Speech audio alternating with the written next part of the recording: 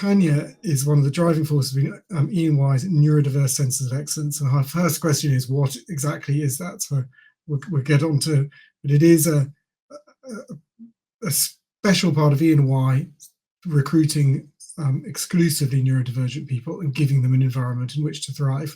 So this is really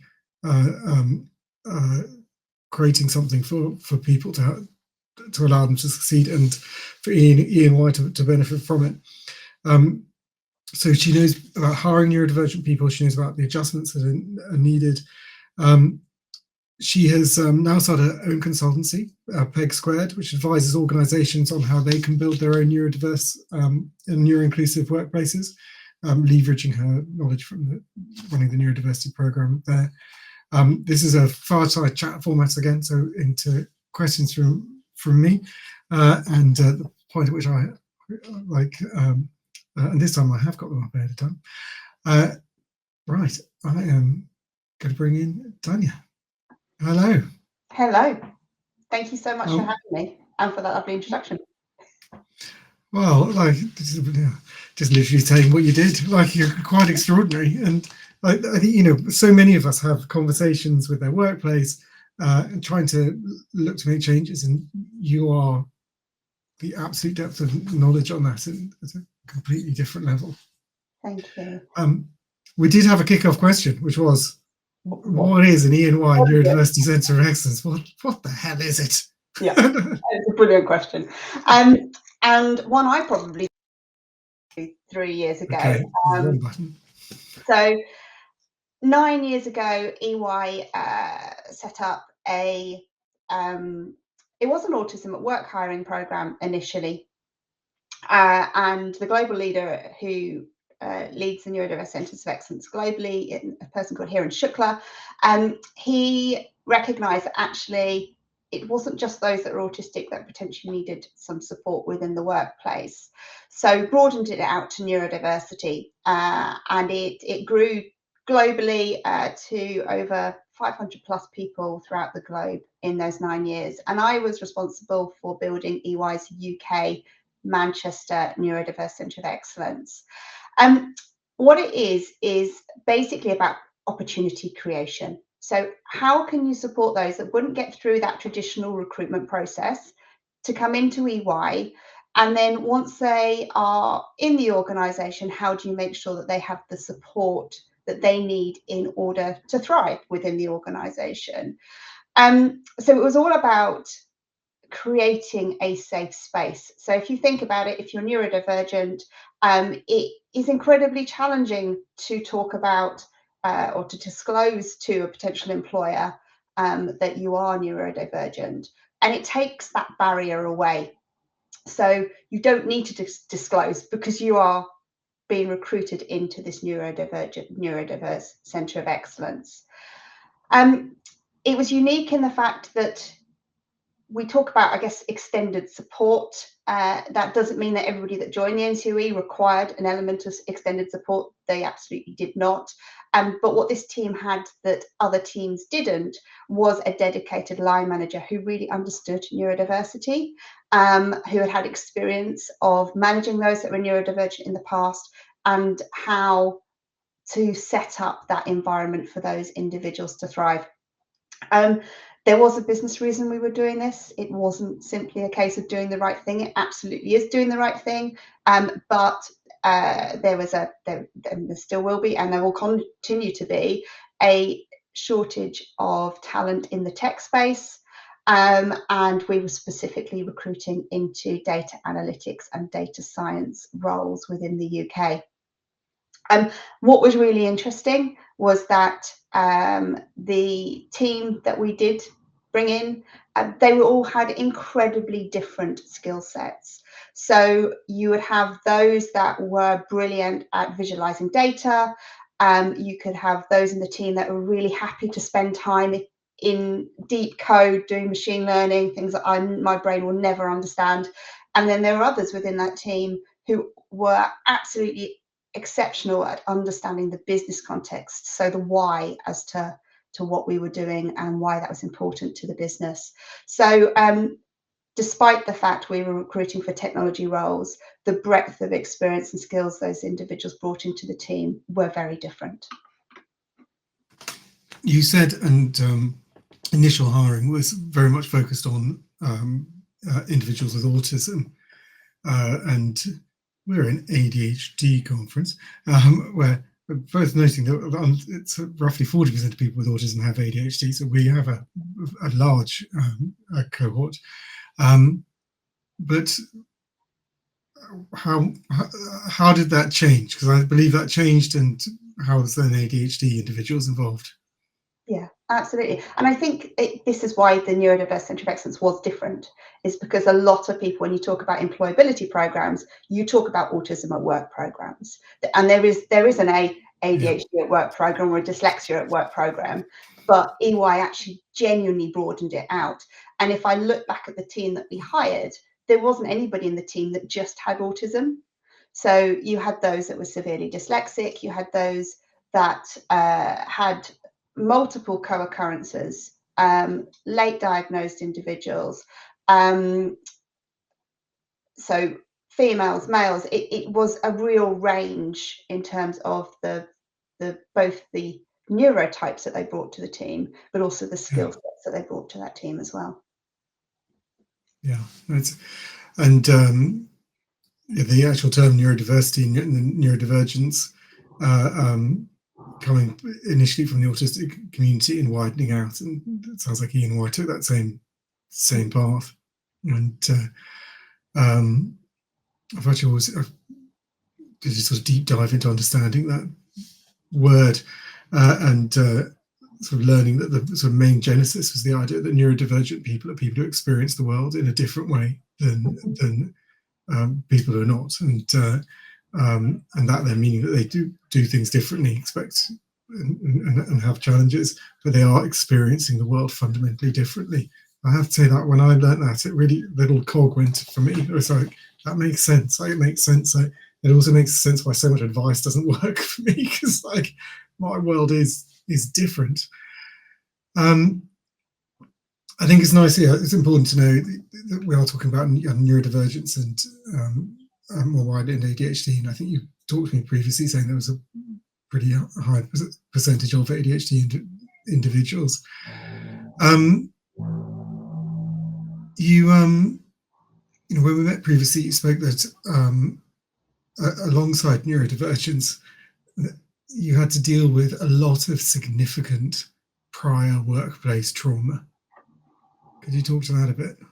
Yeah, no, absolutely. And let's be really honest about this. There's no way to sugarcoat it, that if employers do not understand neurodiversity and someone behaves in a way that is different to the norm, it's really challenging. It's challenging for the individual. It's challenging for the line manager to deal with that as well. And as a result, it came as no surprise that those that had roles previously had challenges in relation to how they were perceived in the workplace. And as you said, it's a neurotypical workplace. It's like, I have an ADHD brain myself. Sometimes that workplace that has been built not for my brain can be quite challenging, and there are ways that I might react or behave that people might go, well, that's a bit strange. And I'm sure I'll come on to a little bit more about that a bit later. But when you have experienced prior workplace trauma and you're coming into an environment, and I've said from the outset here, this was about actually you don't need to disclose because you're coming into a neurodiverse centre of excellence, but people still need to rebuild trust with organisations, and that can be incredibly challenging for some people, depending on the environments that they come from. So even when we were saying we will support you, we will do everything we possibly can, there was still a misbelief that we would as an organisation, and people genuinely didn't believe we meant it. And at times they challenged us and they pushed us to a point to say, actually, do you mean this? Are you going to give us what we need? Because they had come through it from environments that they genuinely had not had the best time. So building trust, rebuilding confidence in workplaces is an absolute necessity. And I think, yeah, I think anybody that's hiring anybody that's neurodivergent into the workplace needs to bear that in mind, that somebody might come in going, yeah, do you really mean this? I thought when you said like one of the most common issues we have was that the challenge of dealing with prior workplace trauma and reactions that you're not expecting in workplace situations related to what's happened to them in the past. It was one of those moments where I was like, that is both really sad and completely not a surprise. Like, but I think having that awareness so that you can then help someone manage it is a big deal. And you did very good. You also cued very credit, because we are going to talk about the impact of emotional dysregulation and outbursts, which a workplace can be extremely intolerant of.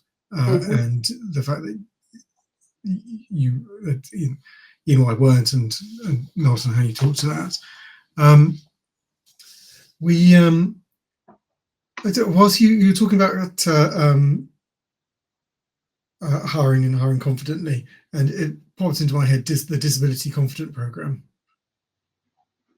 And I think it's worth telling people that organisations that do that, if you have a disability and you meet the base criteria for the job, you are guaranteed an interview.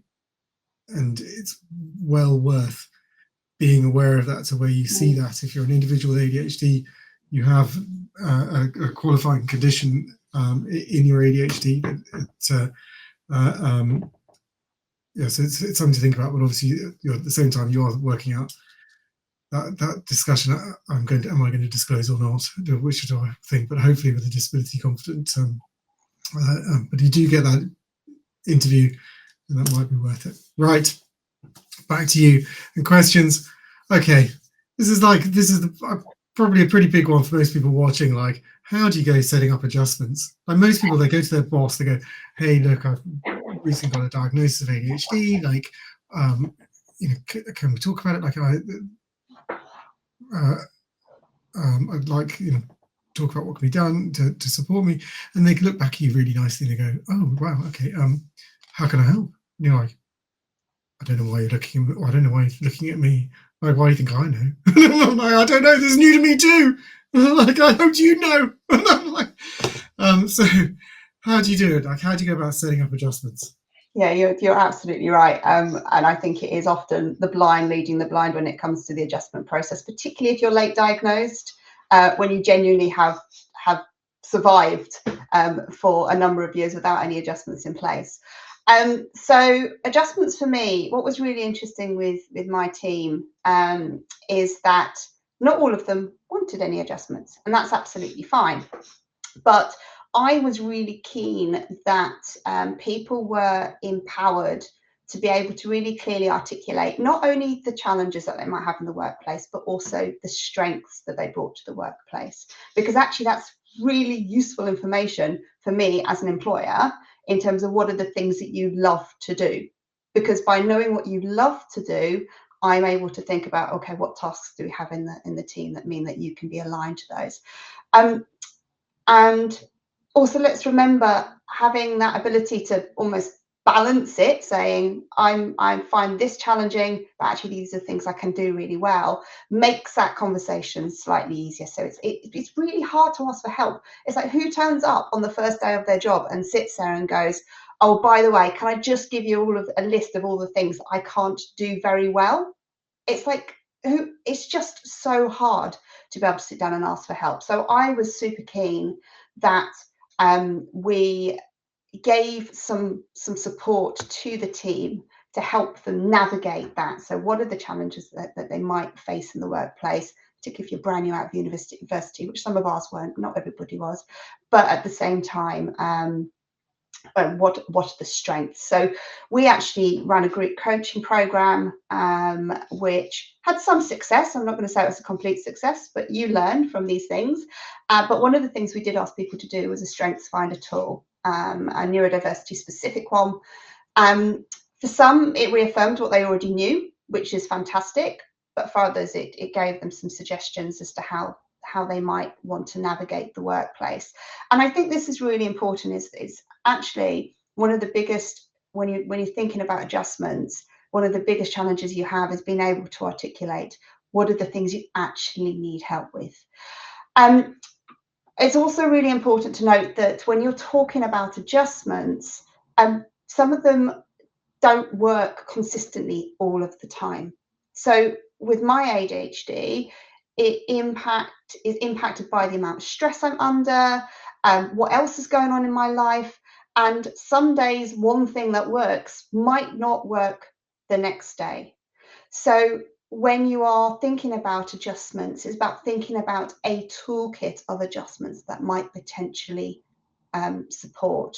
So being able to put something up and pick something up and put it down again, as opposed to just having, right, you are going to get a piece of technology, that's it, done, line in the sand, we're not going to talk about this again. That's super important. Iterating.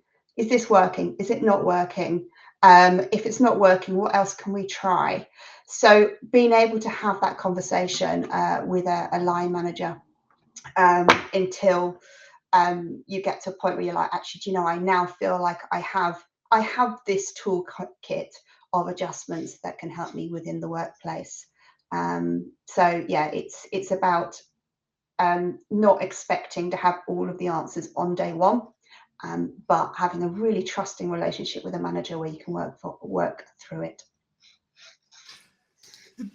That answer encapsulates a lot of, like, there's a lot of hurdles that need, I think it'd be useful to talk to positively, which is like a lot of people when they're talking about adjustments, the perspective of the boss and perhaps themselves is this is a one-hit wonder.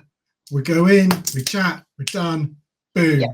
And it's just not realistic. And you talked about so eloquently when you just like went straight to something. It's very unlikely something's always going to work. Like, and so like that, you know, some things don't work every day, and that you need this sort of toolkit approach. But you also just then talked about the need to evolve it. Yes. Yeah, it's a. Yeah, I think it's just a really big. It's an important takeaway for people to, if they're thinking about their own adjustments, to go. And the way we sometimes talk about it is just to say, look, people, you know, everyone's a unique individual plus ADHD. We're complex beings, just as human beings, so, you know, we'll put in some adjustments, but that will make differences elsewhere. And you'll then be able to go, right, well, with that working there and doing, then this actually is something where I need to do work, and that's going to help you evolve and continue. I also thought it was wonderful when you talk to, like, not only the weaknesses, because it's awful. Everyone else goes to their boss, goes, I just want to remind you, like, and I just want to tell you, I am great. Like, I just want to tell you about this and this. I did these great things and like super. And you're having to go up and go, right, like, okay, we need to talk about this and this and this, where I am having huge trouble at. And like, there's, you know, person over there just happily swanning off, having told their best bits, and you're swanning up, having to tell your worst bits. It's just a terrible disparity. Yeah, it is really tough. You talked about a few sort of particular physical adjustments and technology. Do you want to talk to some of the things you found were often in that toolkit? Yeah, no, absolutely. I think when people think about adjustments, they instantly go to physical adjustments and technology related adjustments. So a piece of, I don't know, read-write software or noise cancelling headphones, having a desk that is yours within the office space. But actually, when you're talking about neurodiversity, it is broader than that. It is the ways of working that help more so than actually having a piece of equipment, not necessarily more so, but do help as well as having a piece of equipment, or having a physical space that you can go to, or a quiet room that is there in the office. So thinking about like the way you organize your time or the way you communicate. So there are a couple of things that we did, or that I do now even. So if you think about having an agenda up front. So one of the things that people might find challenging about looking at it, if they get an agenda in the first place before a meeting, they may not do, but then if you look at an agenda, it's like, what is the expectation of me as a result of seeing all of these words on a piece of paper? Am I coming to listen? Are you wanting me to input? So is there a way that you can expand your agendas out to say, actually, these are the items that you're going to be listening to, and this is what is expected as a result from each of the topics. So I did a piece of training recently, and I split the agenda up, and it was like, for this piece you need to listen, for this piece you need to participate if you want to, and that participation will look like this. So what you're doing is you're giving people the opportunity to prepare and not be surprised within meetings or training, etc. The other example I can think of is that sometimes, and we had this situation, I had a really important meeting where I needed to get everybody back on the same page. So people were disappearing off in different directions, and that's fine, that happens in organisations sometimes. And what we wanted to do was go, right, I want everybody in the room to feel heard. So I want everybody to have the opportunity to speak. So what I did is I prepared a set of questions, and I asked a question, and then I literally paused for 60 seconds, and I told everybody this was what was going to happen. They were all going to get 60 seconds to think about how they might want to respond to that question. And then I went round the room and I in turn and saying, right, would you now like to respond to the question that's just been asked? And what was happening as a result of doing it that way is people genuinely felt like they were being heard, and they had the time to think before they had to react as well. And it worked really well. I think people can sometimes be afraid of silence. I've spent most of my life interviewing people. Ask a question, you often sit there if the other person's thinking, I know I've done it in the past, hopefully I don't do it anymore, but I'll feel that pause that they need in order to collect their thoughts by reframing the question or asking a slightly different question that was the same question, because silence feels awkward. But actually, when you're dealing with somebody who's neurodivergent, silence is sometimes the best thing that you can give that person in order for them to collect their thoughts. Yeah, I was so tempted just to like leave you quietly. It was going to be a happy accident actually because I couldn't find the button. I give the absolute fear of God to. I do some radio stuff, and there's it's noticeable. I do it every time. Really long pause between they first talk and when I start talking, and I need to train myself just to get some filler words out. Like, thank you for that great question. I'm always in great admiration of people who have like this. Thank you for that great question. Very interesting. And really, they're just buying themselves time. Yes. I can't do that. I find that distracting. Like, if you want to see me really trying to answer a question, like I shut my eyes and look like I'm asleep. Like it doesn't. They're not there. They're not there. They're not there. Yeah. But because I find it all too distracting, so I'm like, okay, I'm just going to really think hard. To my view, they get a much better answer, but they do obviously think I'm quite odd. But I'm pretty out on being different. That was so interesting. I thought, bloody hell, like the setting expectations in the agenda. I mean, you just want it because you want the boss to go, actually, there's no reason for them to be here. The expectation is they learn nothing, waste time. You know what? Because all those waste, like, let's just promote it as an efficiency goal. So go to less pointless meetings. But I thought that was, setting the expectations. Something. And the 60 seconds to respond, particularly when things are tense, you're saying, like, I thought amazing, and very, very interesting, different thing. You also have spoken before about removing the unwritten rules. Like, yeah. Could you talk to that a bit? Yeah. So I think this comes back to the agendas and providing really clear expectations of what's expected within a meeting. So it's like, can I stand up or do I have to sit down? Do I have to turn my camera on or can I leave my camera off? Can I go to the bathroom? Is that okay for me just to stand up and get out? How do you want me to interact? Do I need to put my hand up or do I need to actually just interject? When can I ask questions? So you're asking, am I allowed to ask them throughout the meeting or do you want me to leave them to the end?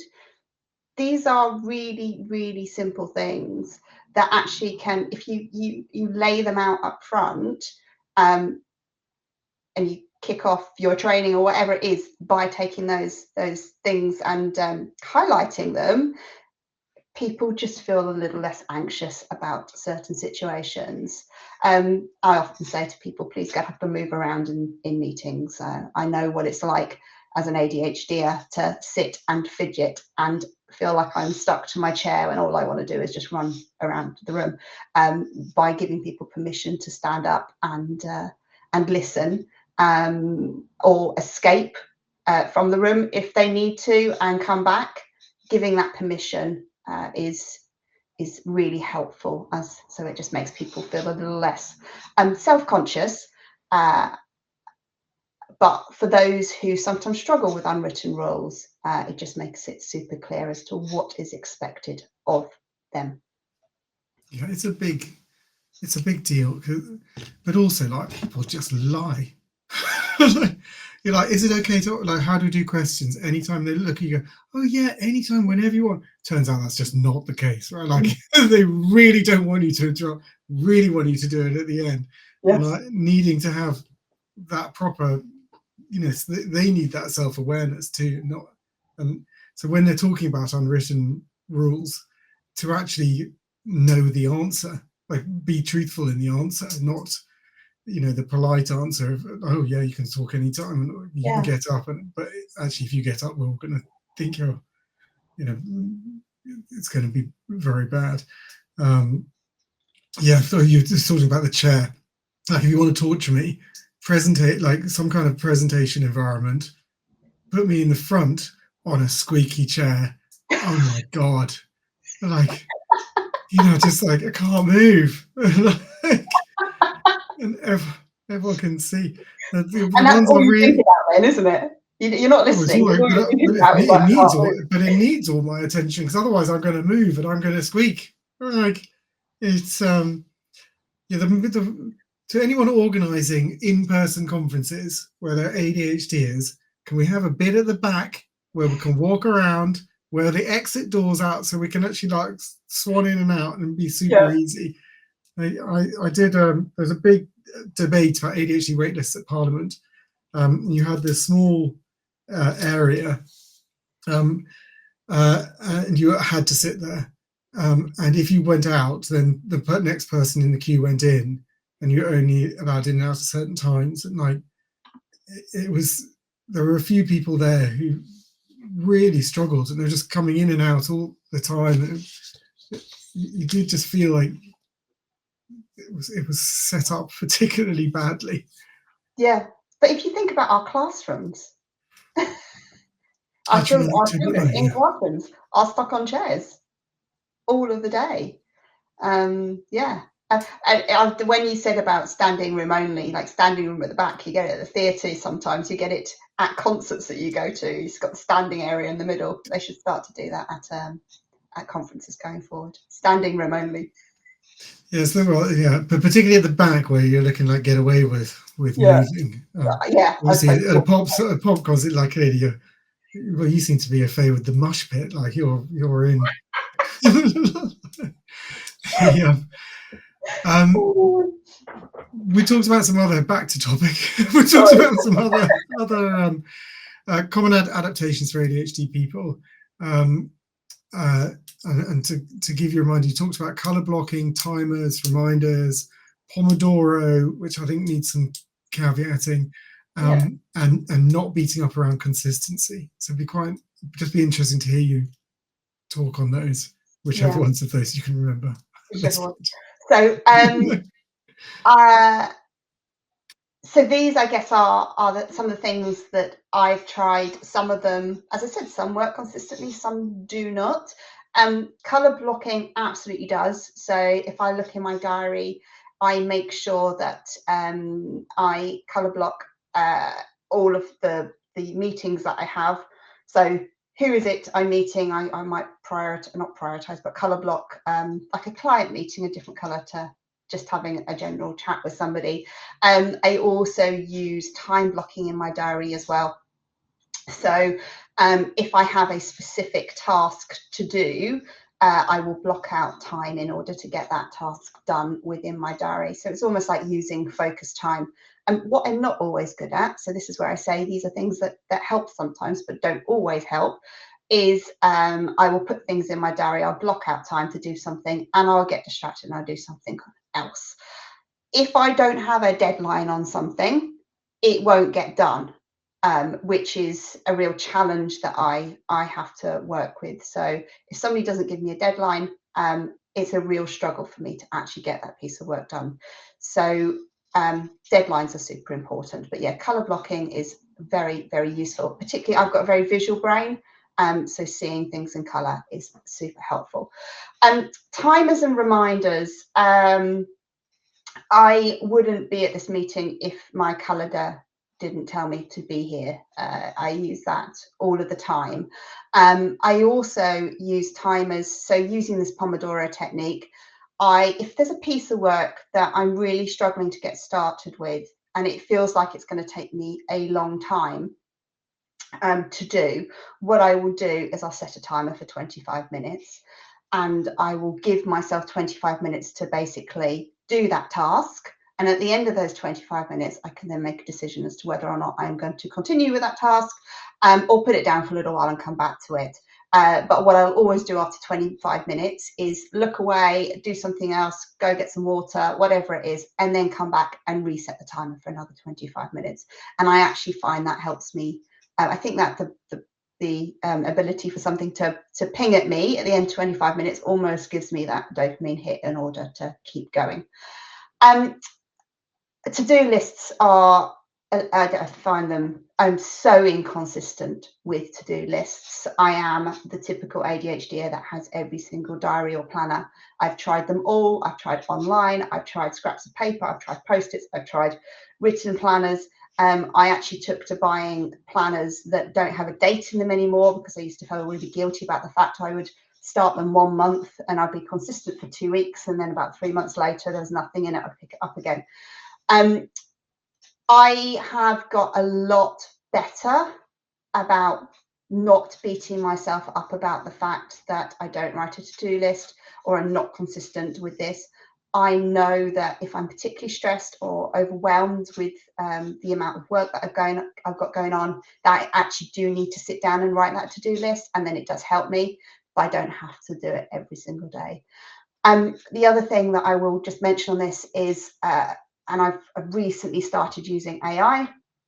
AI for me is just the most amazing invention ever, particularly for providing structure and breaking down tasks. So if there's a piece of work that I need to do that I can chuck into AI, and it will literally go, right, you need to do this, this, this, this, this, and this. It will even put timescales on it for me in terms of, this is if I go, I need to deliver this by this deadline.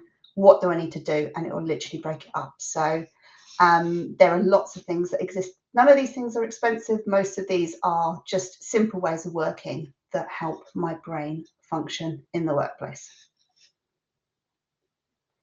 Thank you for sharing on that. You talked about, and I thought it was just interesting for people to hear about the adjustments that you've, used personally, but you've also used for others. You talked about creating a toolkit and it going very badly. Could you tell us about that? Yeah, so I think when we're talking about neurodiversity in the workplace, it's okay not to get it completely right first time. And there is a real balance when we're talking around neurodiversity in the workplace, because you've got to balance the challenges and the support for those challenges, but the strengths as well. Because the only way we are going to normalize neurodiversity in the workplace is to talk about why it is good for business and why organizations need to harness neurodiversity. And sometimes we don't get it right. So there was a scenario at EY. They produced this most amazing toolkit. It was brilliant. So if you think about all of the different ways of working, so communication skills, organizational skills, how to behave in meetings, all of those sorts of different ways of working, they built out a toolkit that basically said, these are some of the things that might help you when you have these challenges. And they sent it both to line managers and also to those that are neurodivergent. So it was accessible by everybody. But one of the big challenges around it is actually, if you think about this is a toolkit that of all the things that might help you, what it is actually missing in that narrative is, oh, by the way, these aren't just these individuals don't just bring challenges to the organization. So it's about, how do you communicate that? How do you phrase it so that what you're not doing is putting out something that's massively useful, and it genuinely is massively useful to a number of different people, but how do you balance the narrative around that? So one of the things EY did fantastically is, when we started talking about neurodiversity, we talked about it from a strengths perspective. We didn't deny challenges existed, but the narrative was very much focused on the strengths individuals brought to the organisation, and how do we highlight those strengths. And we don't shy away from the spiky profile, so the fact that there are challenges individuals are going to have, but actually, if you're an organisation, you want to harness the strengths that your employees have. So the biggest piece of learning from that is, get the balance right. If you're going to send something out to an organisation, make sure the narrative around it balances both the strengths and the challenges. Otherwise, it just lands as here's a whole heap of stuff that somebody can't do, and there's some tools that potentially might support them. Don't be afraid to get it wrong. Nobody has got all of the answers around neurodiversity in work at the moment. But you talked to it earlier too, that balance of talking about strengths and positives. There's a very nice document from one of the big music companies around neurodivergence, and they called where they recognised that they were supporting their artists in being different, but not their staff in the same way. And they created a booklet called Creative Differences, which was even in the title, a balance on talking to some of that strengths on creativity it's now quite some time ago, it's still lauded as quite a thing. Thank you for talking to that. And I think I met someone who ran the technology division of one of the very large Russell Group universities, and they were talking about neurodivergent hiring, and they said, well, we hire neurodivergents because, and they were completely blunt about it. They just said we couldn't afford this talent, otherwise we wouldn't get this level of great people if we didn't do it. And they all were, if we're talking about the blunt part, we're like, and because we are a place where those people can work and thrive and have we get to pay them less.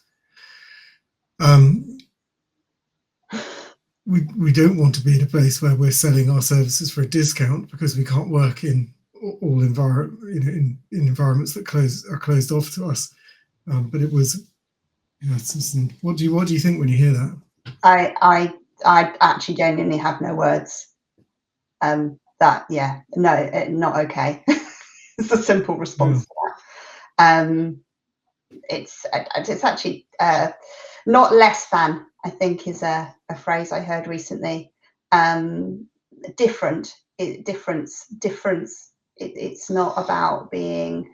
I have ADHD. I have had an incredibly successful career. It's about finding a role that really does harness my talents, and I've been lucky in that at EY. I did. I would never have stood for being paid less just because I had an ADHD title, and I think that's not a great narrative at all. Yeah, to be fair, they were paying people less across the board in a very academic way. Yeah. But their feeling was that because they were neurodivergent friendly, they were getting people who were otherwise excluded from other workplaces.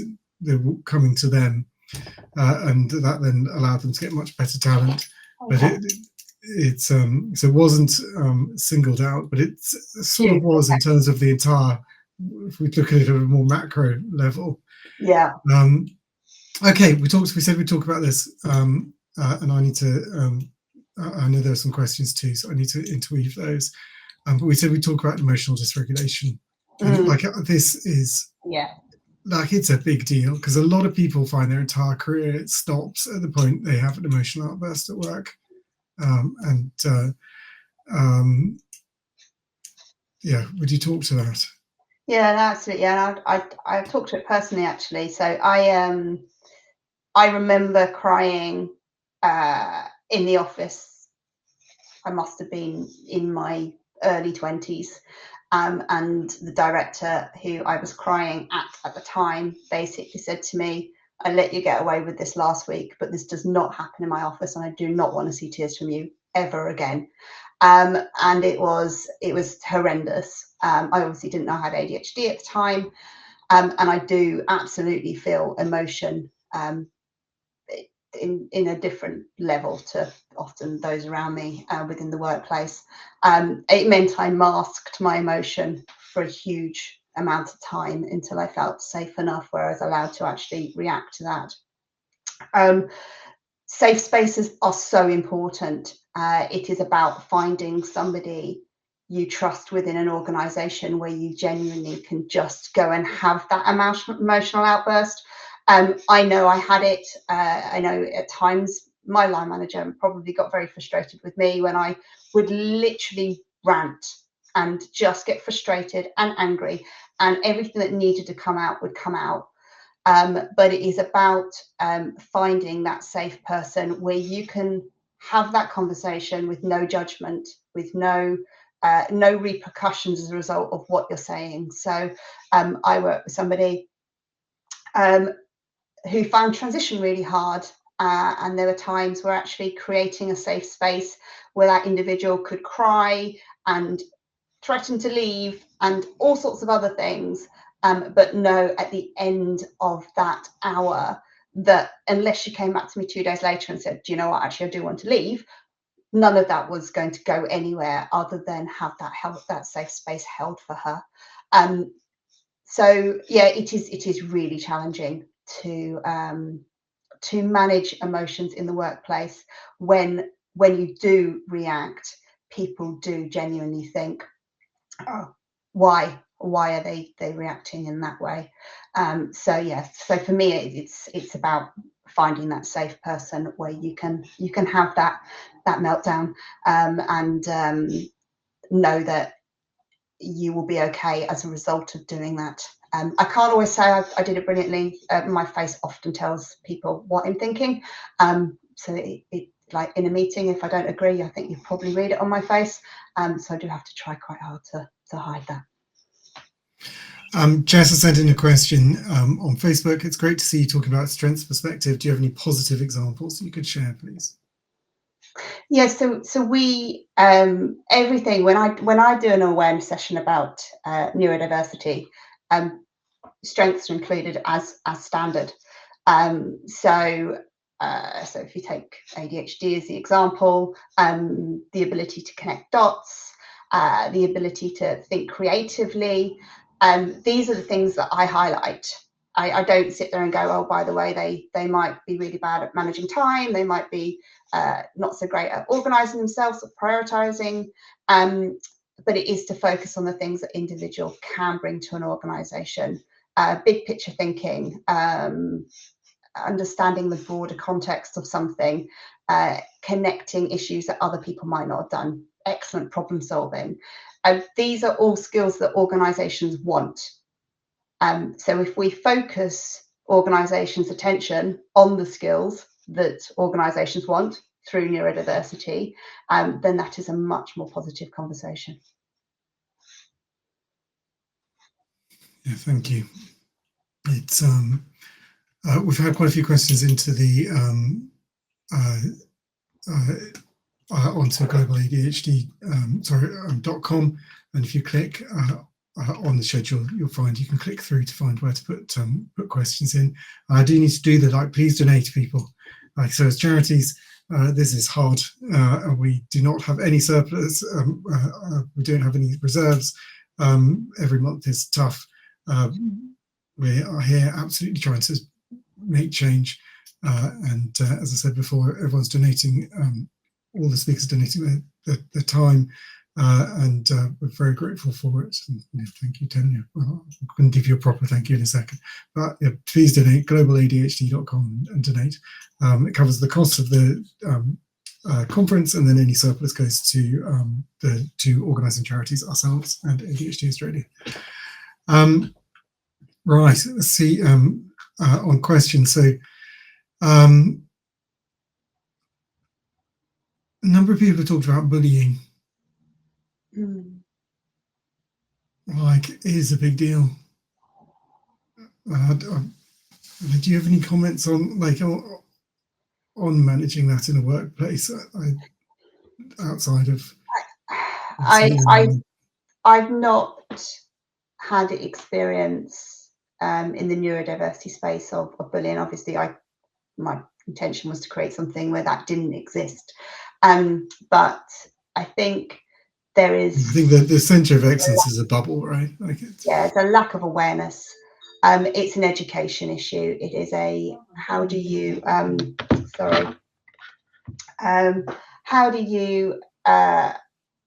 that is absolutely a re-education piece. So one of the things that EY did really well was when we started talking about neurodiversity, we started talking about it to as many people that would listen. Actually, our community did a fantastic job of going out and talking about what neurodiversity is, as I said, strengths focused, and re-educating. But we've got to remember that where we are with neurodiversity, we are still in the infancy. 3 years ago, I wasn't talking about this. This wasn't something that was on my radar. And here I am now talking to you about it in terms of the work that we've done. So this is still a relatively new concept that organisations are trying to get their heads around. I know it's existed forever. I get that. But they are actually now starting to pay attention. But the only way that they can pay attention is to understand it and raise that awareness. And as they start to get it and they're better educated, then hopefully the bullying will go down. And have proper processes to deal with bullying. I think one of the themes that's coming out in both the questions in the schedule and on social media is, the processes don't come to. But that's not a neurodiversity thing. That is an organisation should have those in process for bullying, full stop. But we've had some questions around recruitment, and you have won awards. So can you talk to about why recruiting for a neurodivergent people, how it's different? And maybe tell us a bit about your award. Yeah, so we won 2 RAD awards, which are the Recruitment Advertising Agency, I believe, awards. I think that's what they stand for innovation and candidate experience. They're not a neurodiversity specific award, they are a general recruitment award, and it was amazing to get neurodiversity on the agenda and talked about those awards. Why did we win them in the first place? So I had the amazing opportunity to sit down with my team and basically tear apart the recruitment process that they had been through. And I say this to anybody: if you have a community, the best people to tell you what is working and what is not working within an organisation is that community. So me and the team sat down and we literally went, right, what would be useful, what didn't work, and we rebuilt it. And it was very simple things that were put in place. It was everything from the way we communicated. So how do you receive the information? Is it by video? Is it by email? Is it by podcast or soundbite? Is it an infographic? If you think about it, recruitment, this is the biggest barrier to entry for those that are neurodivergent. It's also life-changing for people, some people, to have, for everybody, to have a job. So why do we not give people the information in a way that they can actually digest it? We built safety from the start. So from that very first second that you landed on an NCOE job description or website, you knew that adjustments were part and parcel of everything we were going to do, and you knew that what the process was going to look like. We were really clear. It's like, this bit is going to take 2 weeks, this bit is going to take a week, this is the expectation, here are the interview questions up front. We stuck to deadlines. So if we said we were going to do something, if I said I'm going to call you in 24 hours, I would call them in 24 hours. It's anxiety inducing if you don't stick to it. And then, yeah, absolutely really clear as to what was expected every single step of the way. So the recruitment process was laid out and it was very visible from day one. And information was passed to the candidate the whole way through the process in terms of the culture, the team they were joining, the people they were meeting, why it was important to us. And then when it came to the actual recruitment process, skills-based. I know we're talking about skills-based recruitment quite a lot at the moment, but genuinely skills-based. And when we were looking, we weren't thinking about well-rounded individuals. We genuinely were looking for, have you got the technology mindset we need in order to do this job? How are you engaging with us, whether that is verbally or written? So it wasn't a case of you have to be the most brilliant verbal communicator. If you're engaging with the process in the chat, that was enough. And how can you problem solve? Because if you think about technology roles, things are moving so incredibly fast. We need people that are going to be able to go, I know how to figure this out. I know how to approach something I don't know the answer to. So yeah, it was eye-opening. I started my corporate career in recruitment, and I've been a hiring manager for years, and it turned everything I knew about recruitment on its head. And I will never look at it in the same way again. And I think if this is the one thing that I rant about this continuously, it's the one thing I leave behind. It's about getting people to think differently about how they hire people into organisations. Thank you. The clock's got ahead of us, so oh goodness, yeah, we're out of time. And I'm doing a good job. Like, the very first is our third conference, everyone. First conference, 3,000 people registered from 54 countries. Second conference, 6,000 people registered from 94 countries. This year, more, and 104 countries. And I know that our number of people are hired. Like, it's quite something, because we continue to grow and grow and grow, and it's thanks to people like Tania donating her time and sharing her knowledge and making it somewhere where you really properly learn something interesting and new and have your perspective changed by an award winner multiple award winner in recruitment, talking about neurodiverse recruitment. And it is, I think that phrase that we talk about as a charity, essential for some, good for everyone. Like, the idea of having it communicated in different ways that people can understand, having a clear program and meeting those expectations. So saying, if I'm going to contact them, then you do. Like, these are things that everyone benefits from. Yeah, absolutely. And it's not hard. It's not difficult. Well, yeah, you'd say that. Yeah, well, some people seem to find it very difficult, like the calling and doing. You've been amazing. Thank you so much. I've really, really enjoyed this, and I've learned a lot, and I imagine others have too. And certainly things that are very new. And your perspective is so good. And obviously now you have your own consultancy, PegSquared. Taking that experience of inclusivity for neurodivergent people and spreading the word into other corporations and supporting them in that, which is a wonderful It is very, very nice when you've got a career that both is incredible and does good at the same time as being an important, successful role. So kudos to you. We have to say goodbye. Thanks for having me. It's been a pleasure. Oh, thank you. You're absolutely awesome. Thank you very much. Bye, Tania.